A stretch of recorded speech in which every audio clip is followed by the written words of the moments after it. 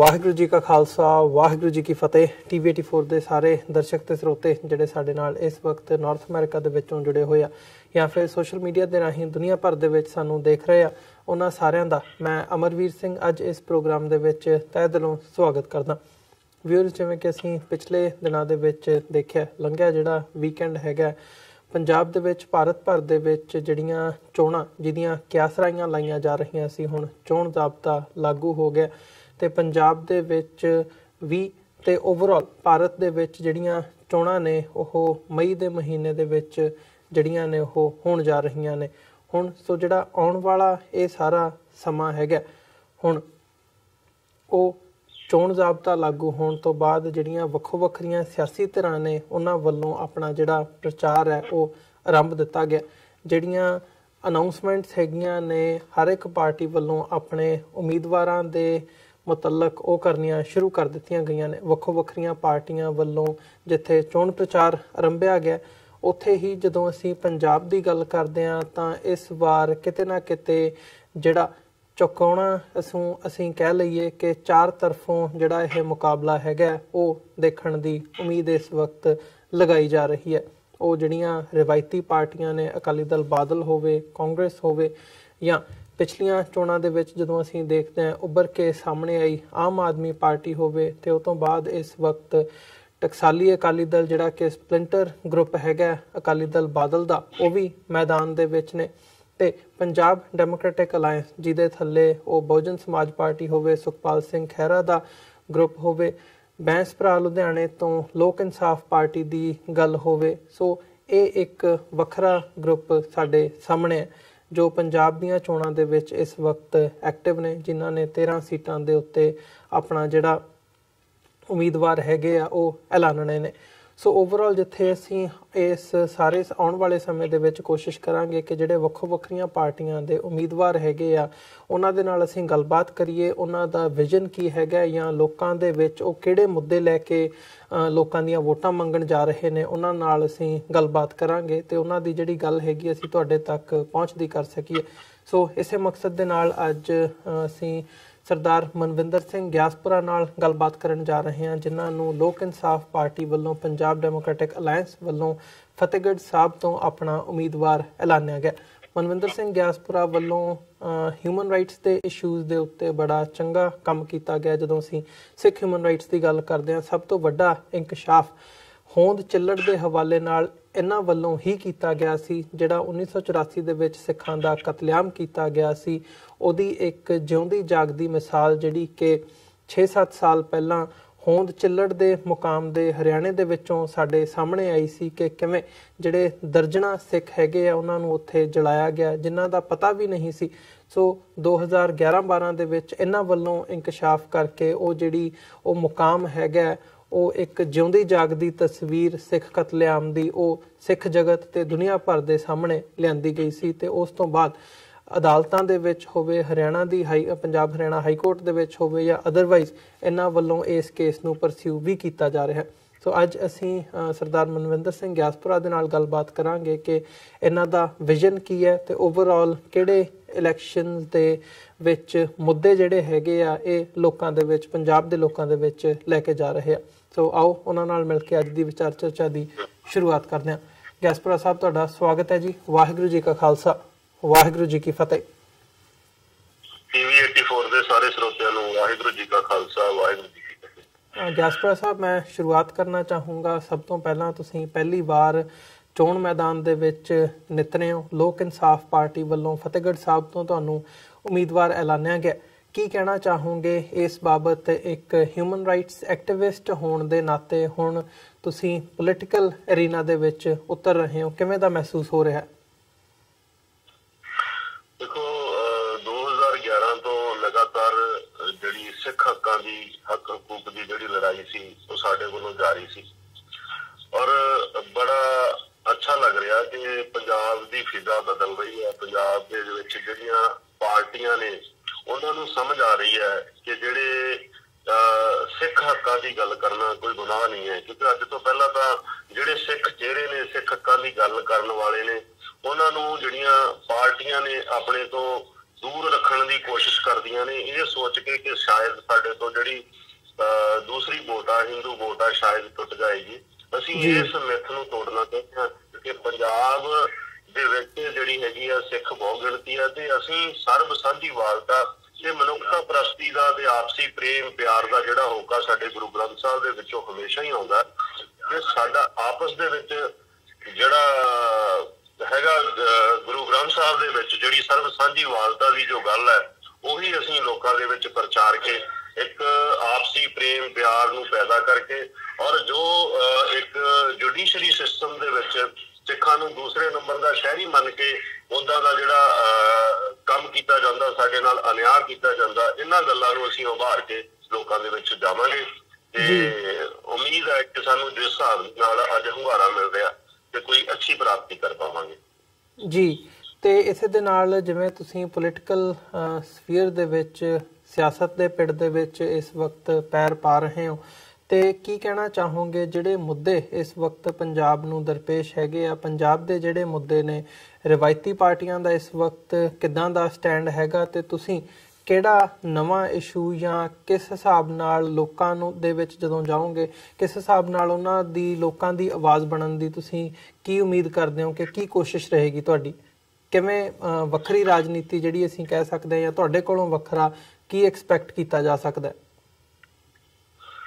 ਦੇਖੋ ਸਾਡਾ ਜਿਹੜਾ ਨਿਸ਼ਾਨਾ ਤੇ ਟੀਚਾ ਅਸੀਂ ਆਪਣਾ ਰੱਖਿਆ ਕਿ ਇੱਕ ਵਧੀਆ ਮਿਆਰੀ ਸਿੱਖਿਆ, ਵਧੀਆ ਮਿਆਰੀ ਸਿਹਤ ਤੇ ਸਾਰਿਆਂ ਨੂੰ ਰੁਜ਼ਗਾਰ ਤੇ ਸਾਰੇ ਅਮੀਰ ਗਰੀਬ ਨੂੰ ਇੱਕੋ ਜਿਹਾ ਨਿਆਂ, ਇਹੀ ਜਿਹੜੀ ਗੱਲਾਂ ਨੇ ਇਸ ਨੂੰ ਇੱਕ ਤਰਕ ਸੰਗਤ ਬਣਾਉਣ ਦੇ ਲਈ ਅਸੀਂ ਸਿਰ ਤੋੜ ਯਤਨ ਕਰਾਂਗੇ।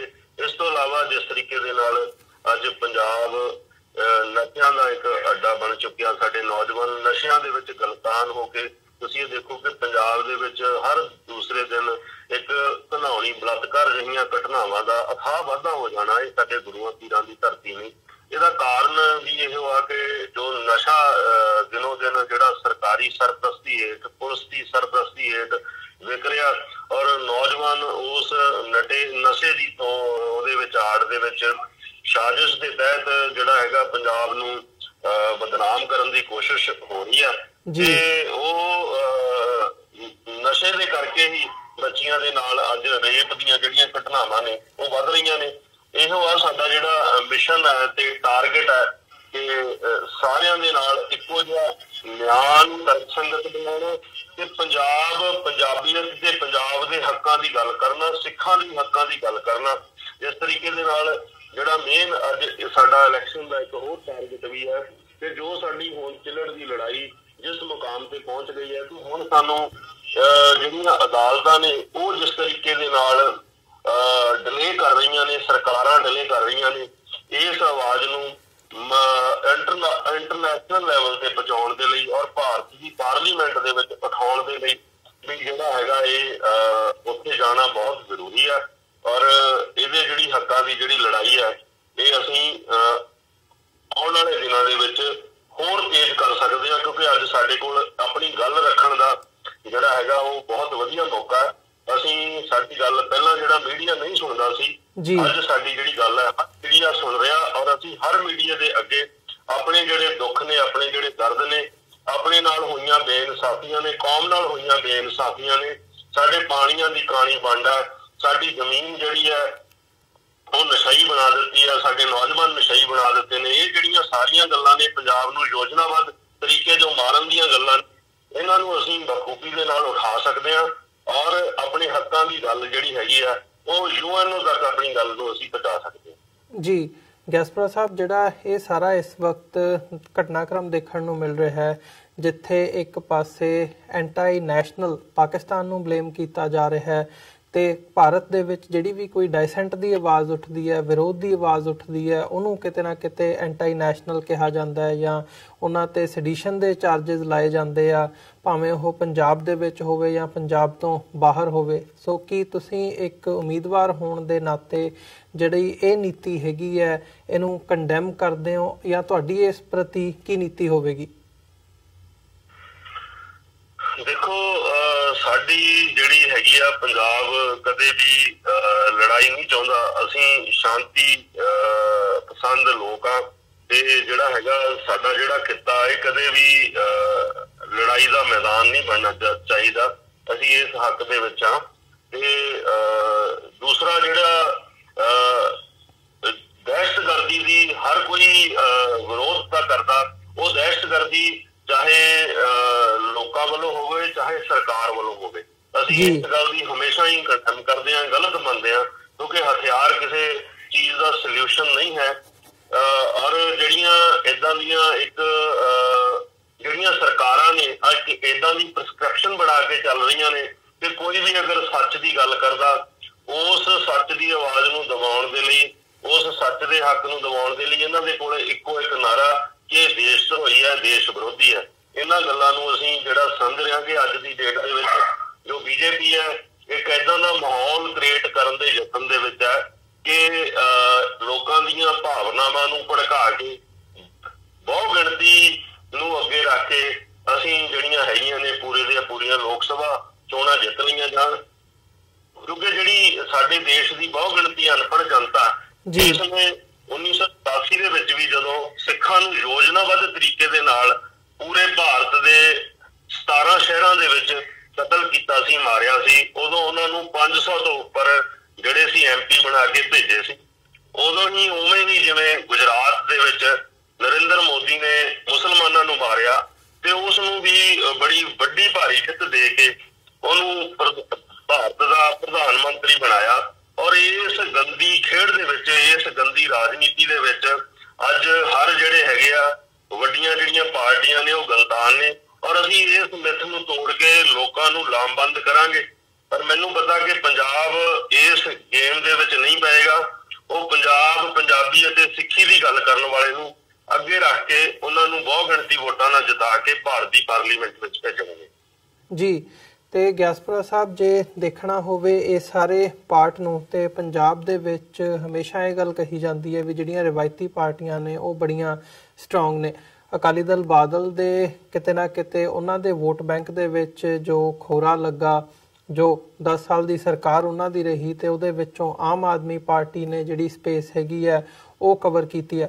ਸੋ ਜਿਹੜਾ ਜੇ ਤੁਹਾਡੀ ਚੌਥੇ ਫਰੰਟ ਦੀ ਗੱਲ ਕਰਨੀ ਹੋਵੇ ਵੀ ਇੱਕ ਪੰਜਾਬ ਡੈਮੋਕ੍ਰੈਟਿਕ ਅਲਾਇੰਸ ਦੇ ਨਾਂ ਥੱਲੇ ਤੁਸੀਂ ਇੱਕ ਚੌਥੀ ਧਿਰ ਬਣ ਕੇ ਪੰਜਾਬ ਦੇ ਵਿੱਚ ਸਾਹਮਣੇ ਆ ਰਹੇ ਹੋ, ਕਿੰਨੀਆਂ ਕੁ ਸੰਭਾਵਨਾਵਾਂ ਸਮਝਦੇ ਹੋ ਇਸ ਵਕਤ ਪੰਜਾਬ ਦੇ ਵਿੱਚ ਚੌਥੇ ਫਰੰਟ ਦੀਆਂ?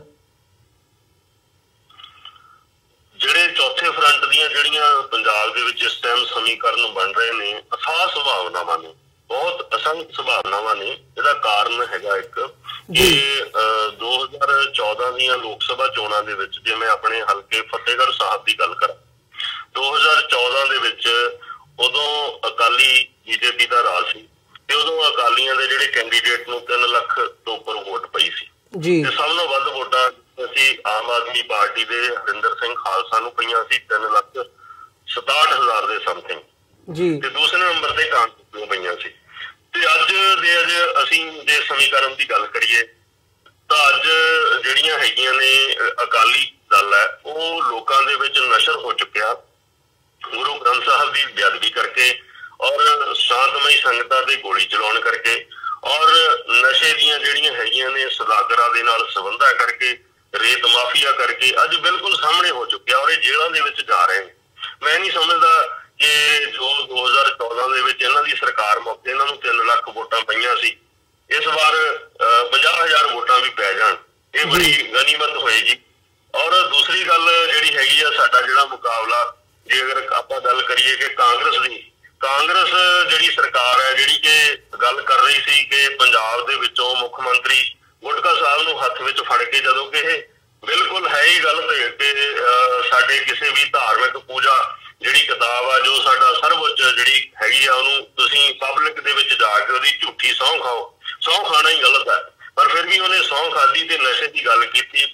ਇਸ ਦੇ ਲਈ ਸਾਹਮਣੇ ਸ਼ਰੇਆਮ 2 ਦਿਨ ਪਹਿਲਾਂ ਸਾਡੇ ਜਿਹੜੇ ਹੈਗੇ ਆ ਲੀਡਰ ਸਰਦਾਰ ਸਿਮਰਜੀਤ ਸਿੰਘ ਬੈਂਸ ਨੇ ਆਨਲਾਈਨ ਚਿੱਟਾ ਮੰਗਾ ਕੇ ਔਰ ਆਨਲਾਈਨ ਹੀ ਕਮਿਸ਼ਨਰ ਦੇ ਕੋਲ 4 ਕੁੜੀਆਂ ਚਿੱਟੇ ਦੀਆਂ ਰੱਖ ਕੇ ਉਹਦੀ ਇਸ ਗੱਲ ਨੂੰ ਬਿਲਕੁਲ ਝੂਠ ਦਾ ਜਿਹੜਾ ਸੀ ਪਰਦਾ ਫਾਸ਼ ਕਰ ਦਿੱਤਾ ਔਰ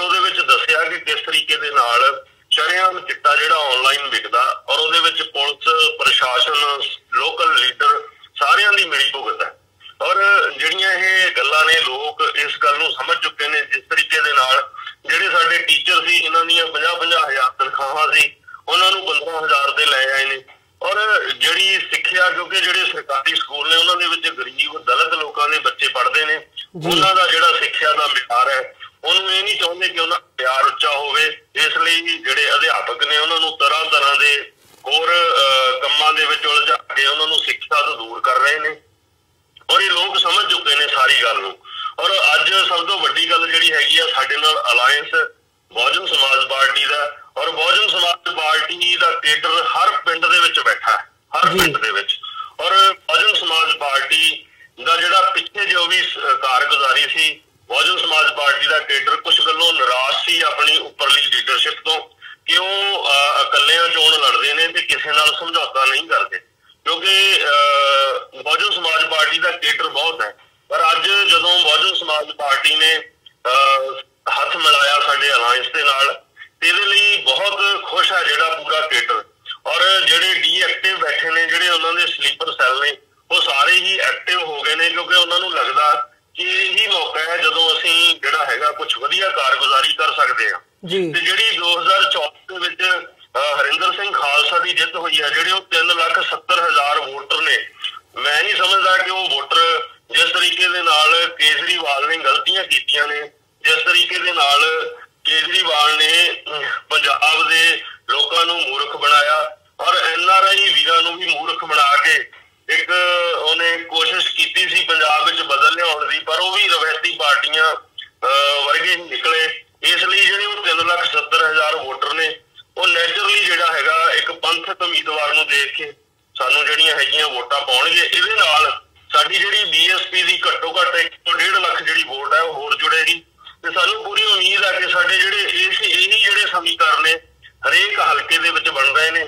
ਔਰ ਬੀਬੀ ਪਰਮਜੀਤ ਕੌਰ ਖਾਲੜਾ ਜੀ ਜਿਹੜੇ ਖੰਡੂਰ ਸਾਹਿਬ ਤੋਂ ਨੇ, ਉਹਨਾਂ ਦੇ ਨਾਲ ਵੀ ਇਹੀ ਸਮੀਕਰਨ ਬਣ ਰਹੇ ਨੇ ਕਿ BSP ਦੀ ਜਿਹੜੀ ਬਹੁ ਗਿਣਤੀ ਵੋਟ ਹੈ ਉਹ ਜਿਹੜੀ ਹੈਗੀ ਹੈ, ਜਿਹੜੀ ਪਿੱਛੇ ਪੈਂਦੀ ਸੀ ਉਹਦੇ ਨਾਲ ਇਸ ਵਾਰ 4 ਗੁਣਾ ਜਿਹੜੀ ਵੋਟ ਹੈ ਉਹ ਵੱਧ ਪਏਗੀ। ਔਰ ਇਹਦੇ ਨਾਲ ਸਾਡਾ ਜਿਹੜਾ ਇਹਦੇ ਬਹੁ ਗਿਣਤੀ ਜਿਹੜੇ ਅੱਛੇ ਉਮੀਦਵਾਰ ਨੇ ਉਹ ਜ਼ਰੂਰ ਜਿੱਤਣਗੇ। ਔਰ ਲੁਧਿਆਣੇ ਦੀ ਸੀਟ ਵੀ ਜਿਹੜੀ ਹੈਗੀ ਆ ਸ਼ਾਇਦ ਬੈਂਸ ਬ੍ਰਦਰ ਖੜਨਗੇ, ਤੇ ਉਹਦੇ ਵਿੱਚੋਂ ਵੀ ਸਾਡੀ ਜਿਹੜੀ ਹੈਗੀ ਆ ਪੂਰਨ ਬਹੁਮਤ ਦੇ ਨਾਲ ਜਿੱਤ ਪ੍ਰਾਪਤ ਹੋਏਗੀ। ਜੀ, ਤੇ ਜਾਂਦੇ ਜਾਂਦੇ ਮੈਂ ਆਮ ਆਦਮੀ ਪਾਰਟੀ ਦੇ ਹਵਾਲੇ ਨਾਲ ਜ਼ਰੂਰ ਪੁੱਛਣਾ ਚਾਹੂੰਗਾ, ਕਿਉਂਕਿ ਜਿਹੜਾ ਤੁਹਾਡਾ ਪੰਜਾਬ ਡੈਮੋਕ੍ਰੈਟਿਕ ਅਲਾਇੰਸ ਹੈ, ਇਹਦੇ ਵਿੱਚ ਇੱਕ ਵੱਡਾ ਧੜਾ ਸੁਖਪਾਲ ਸਿੰਘ ਖਹਿਰਾ ਦਾ ਹੈ, ਜਿਨ੍ਹਾਂ ਦਾ ਆਮ ਆਦਮੀ ਪਾਰਟੀ ਦੇ ਨਾਲੋਂ ਪਿਛਲੇ ਸਮੇਂ ਦੇ ਵਿੱਚ ਕਹਿ ਲਓ ਤੋੜ ਵਿਛੋੜ ਹੋਇਆ।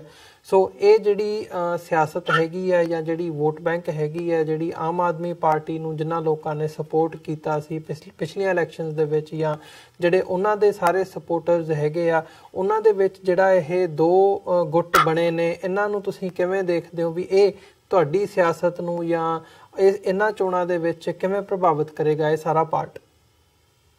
ਦੇਖੋ ਜੀ, ਇਸ ਟਾਈਮ ਜੇ ਤੁਸੀਂ ਗਰਾਊਂਡ ਰਿਐਲਿਟੀ ਦੇਖੋ, ਜਿਹੜੀ ਆਮ ਆਦਮੀ ਪਾਰਟੀ ਦਾ ਉਸ ਟਾਈਮ ਦਾ ਵੋਟਰ ਤੇ ਸਪੋਰਟਰ ਜਿਹੜੇ ਸਮਝਦਾਰ ਲੋਕ ਨੇ, ਜਿਹੜੇ ਸਿਆਣੇ ਲੋਕ ਨੇ, ਉਹ ਤਕਰੀਬਨ ਸਾਰੇ ਸਰਦਾਰ ਸੁਖਪਾਲ ਸਿੰਘ ਖਹਿਰਾ ਦੇ ਨਾਲ ਨੇ। ਆਮ ਆਦਮੀ ਪਾਰਟੀ ਪਰ ਮੇਰੇ ਹਿਸਾਬ ਨਾਲ ਵੀ ਉਹ ਕਿਸੇ ਵੀ ਨੰਬਰ ਤੇ ਨਹੀਂ ਰਹੇਗੀ। ਅਗਰ ਉਹ ਆਪਣੀਆਂ ਜਵਾਨਤਾਂ ਬਚਾ ਜਾਏ ਤਾਂ ਬਹੁਤ ਗਨੀਮਤ ਹੋਏਗੀ, ਕਿਉਂਕਿ ਆਮ ਆਦਮੀ ਪਾਰਟੀ ਨੂੰ ਲੋਕ ਸਮਝ ਚੁੱਕੇ ਨੇ, ਔਰ ਲੋਕਾਂ ਨੂੰ ਪਤਾ ਲੱਗ ਚੁੱਕਿਆ ਕਿ ਉਹਨਾਂ ਦੇ ਜਿਹੜੇ ਲੁਕਵੇਂ ਏਜੰਡੇ RSS ਵਾਲੇ ਜੋ ਉਹਨਾਂ ਦੇ ਲੁਕਵੇਂ ਏਜੰਡੇ ਸੀ, ਉਹ ਲੋਕਾਂ ਨੂੰ ਸਮਝ ਆ ਚੁੱਕੀ ਆ। ਇਸ ਲਈ ਕਿਉਂਕਿ ਇਹ ਜਿਹੜੀਆਂ ਸਾਡੀਆਂ ਧਿਰਾਂ ਨੇ ਇਕੱਠੀਆਂ ਹੋਈਆਂ ਨੇ, ਇਹ ਪੰਜਾਬ ਦੀਆਂ ਹੀ ਨੇ, ਇਹਨਾਂ ਦੀ ਕਿਤੋਂ ਵੀ ਡੋਰ ਨਹੀਂ ਹਿਲਦੀ। ਜੇ ਅਸੀਂ BJP ਦੀ ਗੱਲ ਕਰੀਏ, ਉਹਦੀ ਉਹਨਾਂ ਦੀ ਜਿਹੜੀ ਅਕਾਲੀ ਆ, ਉਹਨਾਂ ਦੀ ਡੋਰ ਵੀ ਉੱਥੋਂ ਸੈਂਟਰ ਤੋਂ ਹਿਲਦੀ ਹੈ। ਕਾਂਗਰਸ ਦੀ ਜਿਹੜੀ ਡੋਰ ਹੈ ਉਹ ਇੱਕੋ ਨਹਿਰੂ ਪਰਿਵਾਰ ਤੋਂ ਹਿਲਦੀ ਹੈ, ਔਰ ਆਮ ਆਦਮੀ ਪਾਰਟੀ ਦੀ ਜਿਹੜੀ ਡੋਰ ਹੈ ਉਹ ਕੇਜਰੀਵਾਲ ਤੋਂ ਹਿਲਦੀ ਹੈ। ਇਸ ਲਈ ਜਿਹੜੀ ਆਮ ਆਦਮੀ ਪਾਰਟੀ, ਮੈਂ ਸਮਝਦਾ ਕਿ ਉਹ ਕਿਤੇ ਵੀ ਹਜੇ ਤੱਕ ਤਾਂ ਮੁਕਾਬਲੇ ਵਿੱਚ ਨਹੀਂ ਲੱਗਦੀ, ਪਰ ਆਉਣ ਵਾਲੇ ਦਿਨਾਂ ਦੇ ਵਿੱਚ ਹਜੇ 2 ਮਹੀਨੇ ਪਏ ਨੇ ਇਲੈਕਸ਼ਨ ਨੂੰ, ਉਦੋਂ ਤੱਕ ਪਤਾ ਨਹੀਂ ਕੀ ਸਮੀਕਰਨ ਬਣਦੇ ਨੇ। ਪਰ ਹਜੇ ਤੱਕ ਜਿਹੜੀ ਹੈਗੀ ਆ, ਕਿਉਂਕਿ ਬਹੁਤ ਸਾਰੇ ਉਹਨਾਂ ਦੇ ਵੋਟਰ ਸਪੋਰਟਰ ਇੱਥੋਂ ਤੱਕ ਮੇਰੇ ਕੋਲ ਰੋਜ਼ ਆ ਰਹੇ ਨੇ, ਸਵੇਰ ਦੇ 6 ਵਜੇ ਤੋਂ ਤਾਂਤਾ ਲੱਗ ਜਾਂਦਾ, ਔਰ ਸ਼ਾਮ ਦੇ ਰਾਤ ਦੇ 11, 12, 1 ਵੱਜ ਜਾਂਦੇ ਆ, ਔਰ ਉਹ ਲੋਕ ਜਿਹੜੇ ਵੱਡੇ ਉਹਨਾਂ ਦੇ ਚਿਹਰੇ ਨੇ ਉਹ ਸਾਡੇ ਨਾਲ ਆ ਰਹੇ ਨੇ, ਸਾਨੂੰ ਸਪੋਰਟ ਕਰ ਰਹੇ ਨੇ। ਔਰ ਇਸ ਗੱਲ ਦਾ ਜਿਹੜਾ ਹੈਗਾ ਤੁਹਾਨੂੰ ਜਿਹੜਾ ਆਉਣ ਵਾਲਾ ਟਾਈਮ ਆ, ਜਦੋਂ ਰਿਜ਼ਲਟ ਹੈ ਉਹਦੇ ਵਿੱਚ ਭਲੀ ਭਾਂਤ ਪਤਾ ਲੱਗ ਜਾਏਗਾ ਕਿ ਆਮ ਆਦਮੀ ਪੰਜਾਬ ਵਿੱਚੋਂ ਤਕਰੀਬਨ ਫਿਨਿਸ਼ ਹੋ ਚੁੱਕੀ ਹੈ। ਜੀ, ਤੇ ਗਿਆਸਪੁਰਾ ਸਾਹਿਬ, ਜਾਂਦੇ ਜਾਂਦੇ ਕੋਈ ਮੈਸੇਜ, ਕੋਈ ਸੰਦੇਸ਼ ਜਿਹੜੇ ਸਾਡੇ ਦਰਸ਼ਕ ਇਸ ਵਕਤ ਸਾਡੇ ਨਾਲ ਜੁੜੇ ਹੋਏ ਆ ਦੁਨੀਆ ਭਰ ਦੇ ਵਿੱਚ, ਤੁਸੀਂ ਐਜ਼ ਅ ਉਮੀਦਵਾਰ ਇੱਕ ਕੈਂਡੀਡੇਟ ਦੇ ਤੌਰ ਤੇ ਨਵਾਂ ਤੁਸੀਂ ਜਿਹੜਾ ਫੇਜ਼ ਹੈਗਾ ਉਹ ਸ਼ੁਰੂ ਕੀਤਾ ਹੈ ਪੋਲਿਟਿਕਸ ਦੇ ਵਿੱਚ ਆ ਕੇ। ਸੋ ਕੋਈ ਸੰਦੇਸ਼ ਸਾਡੇ ਪਲੇਟਫਾਰਮ ਦੇ ਰਾਹੀਂ ਕੋਈ ਦੇਣਾ ਚਾਹੋ ਖਾਸ ਤੌਰ ਤੇ ਡਾਇਸਪੋਰਾ ਦੇ ਲਈ? ਦੇਖੋ ਜੀ, ਅਸੀਂ ਬਿਲਕੁਲ ਜ਼ਮੀਨ ਨਾਲ ਜੁੜੇ ਹੋਏ ਲੋਕ ਹਾਂ, ਬਿਲਕੁਲ ਗਰੀਬ ਲੋਕ ਹਾਂ। ਸਾਡਾ ਜਿਹੜਾ ਮੱਥਾ ਬੜੇ ਧਨਾੜ ਬੰਦਿਆਂ ਦੇ ਨਾਲ ਹੈ, ਜਿਹੜੇ ਕਿ 1000 ਏਕੜ ਦੀ ਕਣਕ ਨੂੰ ਵੱਢ ਕੇ ਉਹਨਾਂ ਨੂੰ ਕਿਸਾਨਾਂ ਨੂੰ ਮੁਆਵਜ਼ਾ ਦੇ ਕੇ ਕਈ ਹਜ਼ਾਰ ਬੱਸਾਂ ਲਿਆ ਕੇ ਇਕੱਠ ਕਰ ਸਕਦੇ ਆ। ਸਾਡੇ ਕੋਲ ਤਾਂ ਪੋਸਟਰ ਛਪਾਉਣ ਲਈ ਵੀ ਸਮਝੋ ਵੀ ਮਾਇਆ ਮਸਤਾਨੀ ਹੈ। ਜੇ ਹੁਣ ਅਗਰ ਦੁਨੀਆ ਭਰ ਦੇ ਲੋਕ ਜੇ ਮੈਨੂੰ ਸੁਣਦੇ ਆ ਤੇ ਉਹਨਾਂ ਨੂੰ ਮੈਂ ਬੇਨਤੀ ਕਰੂੰਗਾ ਕਿ ਇਹ ਜਿਹੜੀ ਲੜਾਈ ਹੈ ਇਹ ਸਾਡੀ ਆਪਣੀ ਮੇਰੀ ਇਕੱਲੇ ਮਨਵਿੰਦਰ ਸਿੰਘ ਦੀ ਨਹੀਂ ਹੈ, ਇਹ ਪੂਰੇ ਪੰਥ ਦੀ ਹੈ। ਇਹ ਪੂਰੇ ਦੁਨੀਆ ਭਰ ਦੇ ਵਿੱਚ ਵਸਦੇ ਮਨੁੱਖਤਾ ਪ੍ਰਸਤ ਲੋਕਾਂ ਦੀ ਹੈ। ਜੇ ਉਹ ਚਾਹੁੰਦੇ ਆ ਕਿ ਇਸ ਲੜਾਈ ਨੂੰ ਮੈਂ ਹੋਰ ਵਧੀਆ ਤਿੱਖੇ ਤਰੀਕੇ ਦੇ ਨਾਲ, ਦੇਖੋ ਮੈਂ ਮਿਹਨਤ ਕਰ ਸਕਦਾ, ਮੈਂ ਜਾ ਸਕਦਾ, ਮੈਂ ਚੱਲ ਸਕਦਾ, ਪਰ ਜੋ ਪ੍ਰਚਾਰ ਹੈ, ਕਿਉਂਕਿ 9 ਹਲਕੇ ਨੇ 12.5 ਲੱਖ ਵੋਟਰ ਹੈ ਜਿਨ੍ਹਾਂ ਤੱਕ ਅਸੀਂ ਪਹੁੰਚ ਕਰਨੀ ਹੈ, ਬਹੁਤ ਵੱਡਾ ਇਲਾਕਾ, ਔਰ ਉਹਦੇ ਲਈ ਸਾਨੂੰ ਹਰ ਤਰ੍ਹਾਂ ਦੀ ਜ਼ਰੂਰਤ ਹੈ। ਸਾਨੂੰ ਗੱਡੀਆਂ ਦੀ ਜ਼ਰੂਰਤ ਹੈ, ਸਾਨੂੰ ਪ੍ਰਚਾਰ ਸਮੱਗਰੀ ਦੀ ਜ਼ਰੂਰਤ ਹੈ, ਸਾਨੂੰ ਝੰਡਿਆਂ ਦੀ ਜ਼ਰੂਰਤ ਹੈ, ਸਾਨੂੰ ਸੋਸ਼ਲ ਮੀਡੀਆ ਦੀ ਜ਼ਰੂਰਤ ਹੈ।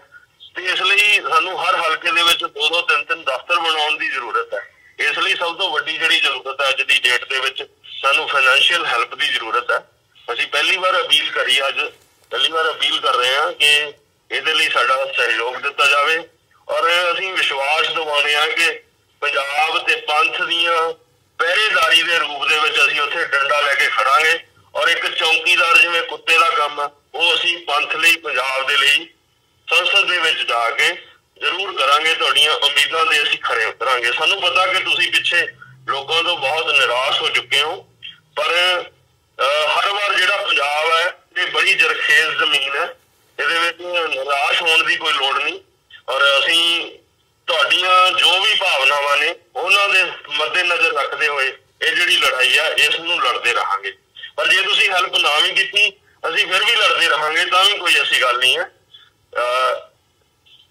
ਇੰਨੀ ਬੇਨਤੀਆਂ ਸੀ ਜੀ ਸਾਰੀ ਸੰਗਤ ਨੂੰ। ਵਾਹਿਗੁਰੂ ਜੀ ਕਾ ਖਾਲਸਾ, ਵਾਹਿਗੁਰੂ ਜੀ ਕੀ ਫਤਿਹ। ਜੀ ਗਿਆਸਪੁਰਾ ਸਾਹਿਬ, ਤੁਹਾਡਾ ਬਹੁਤ-ਬਹੁਤ ਧੰਨਵਾਦ, ਤੁਸੀਂ ਆਪਣਾ ਸਮਾਂ ਕੱਢਿਆ ਤੇ ਸਾਡੇ ਨਾਲ ਵਿਚਾਰਾਂ ਦੀ ਸਾਂਝ ਪਾਈ ਹੈ। ਸੋ ਅੱਜ ਦੇ ਸ਼ੋਅ ਦੇ ਵਿੱਚ ਇੱਥੇ ਹੀ ਇਜਾਜ਼ਤ ਚਾਹਾਂਗੇ। ਆਉਣ ਵਾਲੇ ਸਮੇਂ ਦੇ ਵਿੱਚ ਕੋਸ਼ਿਸ਼ ਕਰਾਂਗੇ ਇਹਨਾਂ ਚੋਣਾਂ ਦੇ ਹਵਾਲੇ ਨਾਲ ਵੀ ਤੇ ਅਦਰਵਾਈਜ਼ ਵੀ ਜਦੋਂ ਕੋਈ ਨਵੀਂ ਗੱਲਬਾਤ ਸਾਹਮਣੇ ਆਉਂਦੀ ਹੈ ਤਾਂ ਜ਼ਰੂਰ ਤੁਹਾਡੇ ਨਾਲ ਰਾਬਤਾ ਕਾਇਮ ਕਰਾਂਗੇ ਤੇ ਸਾਡੇ ਜਿਹੜੇ ਦਰਸ਼ਕ ਹੈਗੇ ਆ ਇਸ ਵਕਤ ਸਾਡੇ ਨਾਲ ਜੁੜੇ ਹੋਏ ਉਹਨਾਂ ਦੇ ਰੂਬਰੂ ਤੁਹਾਨੂੰ ਜ਼ਰੂਰ ਕਰਦੇ ਰਹਾਂਗੇ। ਸੋ ਅੱਜ ਦੇ ਸ਼ੋਅ ਦੇ ਵਿੱਚ ਇੱਥੇ ਹੀ ਇਜਾਜ਼ਤ ਚਾਹੁੰਦੇ ਹਾਂ ਜੀ ਤੁਹਾਡੇ ਕੋਲੋਂ। ਬਹੁਤ-ਬਹੁਤ ਧੰਨਵਾਦ। ਵਾਹਿਗੁਰੂ ਜੀ ਕਾ ਖਾਲਸਾ, ਵਾਹਿਗੁਰੂ ਜੀ ਕੀ ਫਤਿਹ। ਵਿਊਅਰਸ, ਉਮੀਦ ਕਰਦੇ ਹਾਂ ਕਿ ਅੱਜ ਦੀ ਸਾਡੀ ਇਹ ਸਾਰੀ ਗੱਲਬਾਤ ਲੋਕ ਇਨਸਾਫ ਪਾਰਟੀ ਦੇ ਫਤਿਹਗੜ੍ਹ ਸਾਹਿਬ ਤੋਂ ਜਿਹੜੇ ਉਮੀਦਵਾਰ ਐਲਾਨੇ ਗਏ ਨੇ ਸਰਦਾਰ ਮਨਵਿੰਦਰ ਸਿੰਘ ਗਿਆਸਪੁਰਾ, ਜਿਨ੍ਹਾਂ ਨੇ ਸਿੱਖ ਐਕਟਿਵਿਸਟ ਹੋਣ ਦੇ ਨਾਤੇ ਕਾਫੀ ਕੰਮ ਕੀਤਾ ਹੈ ਪਿਛਲੇ ਸਾਲਾਂ ਦੇ ਵਿੱਚ ਪੰਜਾਬ ਦੇ ਵਿੱਚ। ਸੋ ਇਹ ਗੱਲਬਾਤ ਤੁਹਾਨੂੰ ਅਸੀਂ ਉਮੀਦ ਕਰਦੇ ਹਾਂ ਜ਼ਰੂਰ ਪਸੰਦ ਆਈ ਹੋਵੇਗੀ। ਸੋ ਜਾਂਦੇ ਜਾਂਦੇ ਤੁਹਾਡੇ ਚਰਨਾਂ ਦੇ ਵਿੱਚ ਬੇਨਤੀ ਵੀ ਕਰਦੇ ਹਾਂ, ਇਸ ਪਲੇਟਫਾਰਮ ਨੂੰ TV84 ਨੂੰ ਅੱਗੇ ਵਧਾਉਣ ਦੇ ਲਈ ਸਾਨੂੰ ਤੁਹਾਡੀ ਸਹਾਇਤਾ ਦੀ ਲੋੜ ਹੈ। TV84 ਨੂੰ ਡੋਨੇਟ ਕਰਨ ਦੇ ਲਈ ਤੁਸੀਂ ਸਾਡੀ ਵੈਬਸਾਈਟ www.tv84.tv ਤੇ ਜਾ ਕੇ ਸਾਨੂੰ ਡੋਨੇਟ ਕਰ ਸਕਦੇ ਹੋ ਤੇ ਮੰਥਲੀ ਡੋਨੇਸ਼ਨਸ ਦੇ ਲਈ ਪਲੇਜ ਵੀ ਕਰ ਸਕਦੇ ਹੋ। ਜੇ TV84 ਨੂੰ ਚੈੱਕ ਰਾਹੀਂ ਤੁਸੀਂ ਡੋਨੇਸ਼ਨਸ ਭੇਜਣੀਆਂ ਚਾਹੁੰਦੇ ਹੋ ਤਾਂ TV84 ਦੇ ਨਾਂ ਦਾ ਚੈੱਕ ਬਣਾ ਕੇ ਤੁਸੀਂ ਸਾਨੂੰ ਸਾਡੇ ਐਡਰੈਸ ਤੇ ਵੀ ਮੇਲ ਕਰ ਸਕਦੇ ਹੋ। 3601 37th ਐਵਨਿਊ, ਲੌਂਗ ਆਈਲੈਂਡ ਸਿਟੀ, ਨਿਊਯਾਰਕ 11101। ਵੈਬਸਾਈਟ ਇੱਕ ਵਾਰ ਫੇਰ ਦੱਸਦੇ ਹਾਂ www.tv84.tv। ਇਸੇ ਦੇ ਨਾਲ ਵਿਊਅਰਸ, ਅਸੀਂ ਅੱਜ ਦੇ ਪ੍ਰੋਗਰਾਮ ਦੇ ਵਿੱਚ ਇੱਥੇ ਹੀ ਤੁਹਾਡੇ ਕੋਲੋਂ ਇਜਾਜ਼ਤ ਚਾਹਾਂਗੇ। ਦੁਬਾਰਾ ਫੇਰ ਕੱਲ ਨੂੰ ਤੁਹਾਡੇ ਨਾਲ ਮੁਲਾਕਾਤ ਹੋਵੇਗੀ। ਤਦ ਤੱਕ ਲਈ ਇਜਾਜ਼ਤ ਦਿਓ ਜੀ। ਵਾਹਿਗੁਰੂ ਜੀ ਕਾ ਖਾਲਸਾ, ਵਾਹਿਗੁਰੂ ਜੀ ਕੀ ਫਤਿਹ।